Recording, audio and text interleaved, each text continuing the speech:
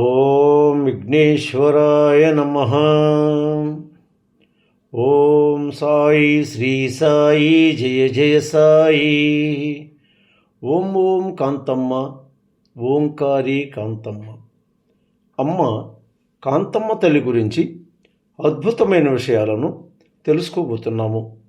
మొదటిసారిగా ఈ వీడియో చూస్తున్న ప్రతి ఒక్కరూ సబ్స్క్రైబ్ చేసుకోండి, లైక్ చేసి షేర్ చేయండి. ప్రతి ఒక్కరూ భక్తి బంధువులు కండి అమ్మ ఒడిని చేరుకోండి. ప్రక్కనున్న బెల్ సింబల్ని నొక్కండి. మొదలు పెట్టుకుందామా అమ్మ గురించి. మనం ఎలా తీర్చుకోవాలి అని అనుకుంటున్న పద్మావతమ్మకు ఇంకా ఎన్నెన్నో అవకాశాలు, అమ్మ మహిమలు, అమ్మ లీలలను ఎలా చూపించిందో పద్మావతమ్మ మాటల్లోని విన్నాం.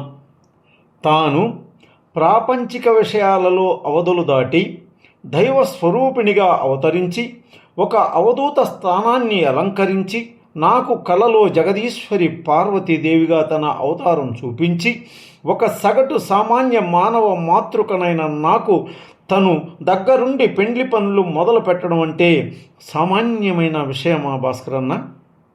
చూడు, అమ్మ ఎలాంటి వారు, నా తల్లిదండ్రులు చేసిన పుణ్యమా, గత జన్మలో నేను చేసిన భాగ్యమా అని అనిపించింది నాకు అన్న అంటున్నారు పద్మమ్మ. నా వివాహానికి అమ్మా నాన్నలు ఇద్దరు లేరు, చనిపోయారు. మా అన్నయ్యలు ఇద్దరు నా పెండ్లికి పునాదులైతే అమ్మ నాన్నల కంటే మిన్నగా నా కళ్యాణానికి బాటలు వేశారు అమ్మ కాంతమ్మ తల్లివారు. నా పెండ్లి పీటలపై మేము కూర్చున్నప్పుడు నా ఎదురుగా కళ్యాణ మండపం ఎదురుగా రోడ్లో కూర్చొని నాకు మండపంలోనికి పూలు పంపించినది అమ్మ కాంతమ్మ తల్లివారు. నాకు ఆశీర్వాదం ఇచ్చారు. మా పెండ్లి అయిన తరువాత నేను మా ఆయన ఇద్దరం అమ్మ దగ్గరకు ఆశీర్వాదాన్ని తీసుకుందామని వెళ్ళాము. అమ్మ మా ఇద్దరిని దీవించింది. ఒక్క క్షణము కూడా ఆగక ఆ పై వాళ్ళు నన్ను తొందర పెడుతున్నారు కానీ అమ్మ నేను బయలుదేరుతానని కారులో డేగపూడి వెళ్ళిపోయింది కాంతమ్మ తల్లివారు. ఈ విధముగా తల్లిదండ్రులు లేని నాకు తను తల్లి అయి గడపలు కడిగి పసుపు రాసి పెండ్లి పనులను ప్రారంభించి నా పెళ్లి తన చేతుల మీద జరగడం పూర్వజన్మ సుకృతం కాక మరేమైనా ఉందా? ఒక అవధూత పెళ్లికి రావడమేమిటి, ఇన్ని బాధ్యతలు నా గురించి తీసుకోవడం ఏమిటి, అంతా విధిరాత కాకుండా ఉంటుందా? పూర్వజన్మ ఫలం కాకపోతే మరేమైనా ఉంటుందా? అమ్మ పట్టు చీరలు ఇచ్చినా చించి అవతలు వేస్తుంది కానీ అమ్మ ఎప్పుడూ గోధుమ పట్ట కప్పుకుంటుంది. చీర సారెల మీద మమకారం ఉండేది కాదు. ఎవరి ఇంటికి వచ్చినా అమ్మ కప్పుకునేందుకు దుప్పటి ఇచ్చినా కట్టుకునేందుకు చీర ఇచ్చినా విసిరి పారవేసేది, చించి ముక్కలు చేసేదే కానీ ఏనాడు కూడా తన ఒంటి మీద గుడ్డలు కట్టుకున్న రోజు అంటూ ఏదీ లేదు. కానీ తనకు వేరే భావన ఉండేది కాదు. ఎన్నోసార్లు పైవాళ్ళు వచ్చారు, బకెట్తో నీరు తీసుకునిరా అని కాళ్ళు కొడుక్కుంటారు, వారికి ఏమేమి కావాలో చూసుకో అనేది. కానీ అమ్మ ఎవరితోనో దైవ భాషలో మాట్లాడుతుండేది.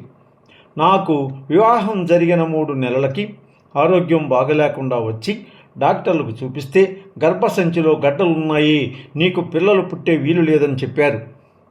ఆ మాట వింటూనే నేను చాలా బాధపడ్డాను. మా బావగారికి బిడ్డలు లేరు, నాకు చూస్తే ఇలా ఏమి చేయాలో పాలుపోక దగ్గరుండి నా పెళ్లి జరిపించిన కాంతమ్మ తల్లికి ఈ సమస్య చెబుతామని అమ్మ దగ్గరకు వెళ్ళాను. అమ్మకు నా బాధను విన్నవించుకున్నాను. నేను ఉన్నానని అమ్మ భరోసా ఇచ్చారు. డేగపూడిలోని 11 రోజులు ఉండమని చెప్పారు. 11 రోజులు అమ్మ సేవలు చేస్తూ 11 నిద్రలు చేసి అమ్మ దగ్గరే ఉన్నాను. 6 నెలలకి గర్భం వచ్చింది. డాక్టర్లకు సైతం ఆశ్చర్యాన్ని కలిగించింది. ఆ సన్నివేశం, నా గర్భంలో ఒక ప్రక్క బిడ్డ పెరుగుతుంటే మరో ప్రక్క గడ్డ కూడా పెరుగుతుంది. అమ్మ నాకు స్వప్నావస్థలోనే ఇంజెక్షన్స్ చేస్తున్నారు. నేను నా కాన్పుకు మా పుట్టింటికి వచ్చాను. అమ్మ, నీకు అంతా సవ్యంగా జరుగుతుంది, ఏమీ భయపడకు, నేనే ఉన్నానని అమ్మ నాకు చెప్పింది. నాకు బాబు పుట్టక మునిపే అమ్మ మా ఇంటిలో దూలానికి ఊయల వేసి బాబును దాంట్లో ఊగించమంది. మా అమ్మ వాళ్ళ ఇంటిని కాంతమ్మ తల్లి నా పుట్టిల్లు అనేది. నా పుట్టింటికి నన్ను మా పైవాళ్ళు నన్ను రావద్దన్నారు. ఇక నేను రాలేను అన్నది అమ్మ. నేను నా పుట్టింటికి అన్నయ్య వాళ్ళ దగ్గరకు వచ్చాను. అమ్మవారు ఆశ్రమానికి వెళ్ళిపోయారు. తరువాత డెలివరీ టైం వచ్చింది. హాస్పిటల్లో చేర్చారు. నార్మల్ డెలివరీ అయింది. బాబు పుట్టాడు. ఆరోగ్యంగా ఉన్నాడు. 3 కేజీల గడ్డ కూడా ఉండింది. బాబును మాత్రమే ఆపరేషన్ చేసి తీశారు. 3 నెలల తర్వాత గడ్డను తీస్తామన్నారు డాక్టర్లు. అంటే సజీవంగా బాబు కోలుకున్న తర్వాత నాకు ఆపరేషన్ అని అనుకున్నారంటే నేను బ్రతుకుతానని వారికి కూడా నమ్మకం లేదు. అమ్మ యొక్క అనుగ్రహమే నాకు పునర్జన్మనిచ్చి ప్రాణాన్ని నిలబెట్టింది. తరువాత గడ్డను ఆపరేషన్ ద్వారా తీసివేసినారు. బాబుకు 4 సంవత్సరాలు వచ్చాయి. అమ్మ దర్శనానికి బాబును తీసుకెళ్ళాము. అమ్మ దర్శనము చేసుకుని బాబును దీవించమని వేడుకున్నాము. అంత మహిమాన్వితురాలు ఆ పతిత పావని కాంతమ్మ తల్లి రుణం ఎలా తీర్చుకునేది? ఎన్ని జన్మలకు కూడా ఆమె రుణం తీరదు. నేను ప్రతి శుక్రవారం శివాలయం పోతుంటాను. ఒకరోజు అల్లంత దుహరాలంలో నిలుచుకుని ఉంది. స్వప్నంలో నన్ను చూచి అమ్మాయి రావి అని ముందుకు వెళుతుంది. ఎక్కడికి వెళుతుందని చూశాను. చివరికి అమ్మ శివాలయంలోకి వెళుతూ నన్ను పిలుస్తూ ఆలయంలోకి వెళ్ళినది. అమ్మవారి సన్నిధిలో లీనమైనది. దీనిని బట్టి చూస్తే ముగ్గురమ్మల మూల కుటుంబ కాంతమ్మ తల్లి రా అమ్మాయి నేనుండగా భయమైలా అని నాకు సాక్షాత్తు పరమేశ్వరి అయి ఆదిపరాశక్తివై దర్శనం ఇచ్చింది. అమ్మ లక్ష్మి, పార్వతి, సరస్వతి ఈ ముగ్గురమ్మల పవిత్ర స్వరూపమే కాంతమ్మ తల్లి అంటున్నారు మన పద్మావతి.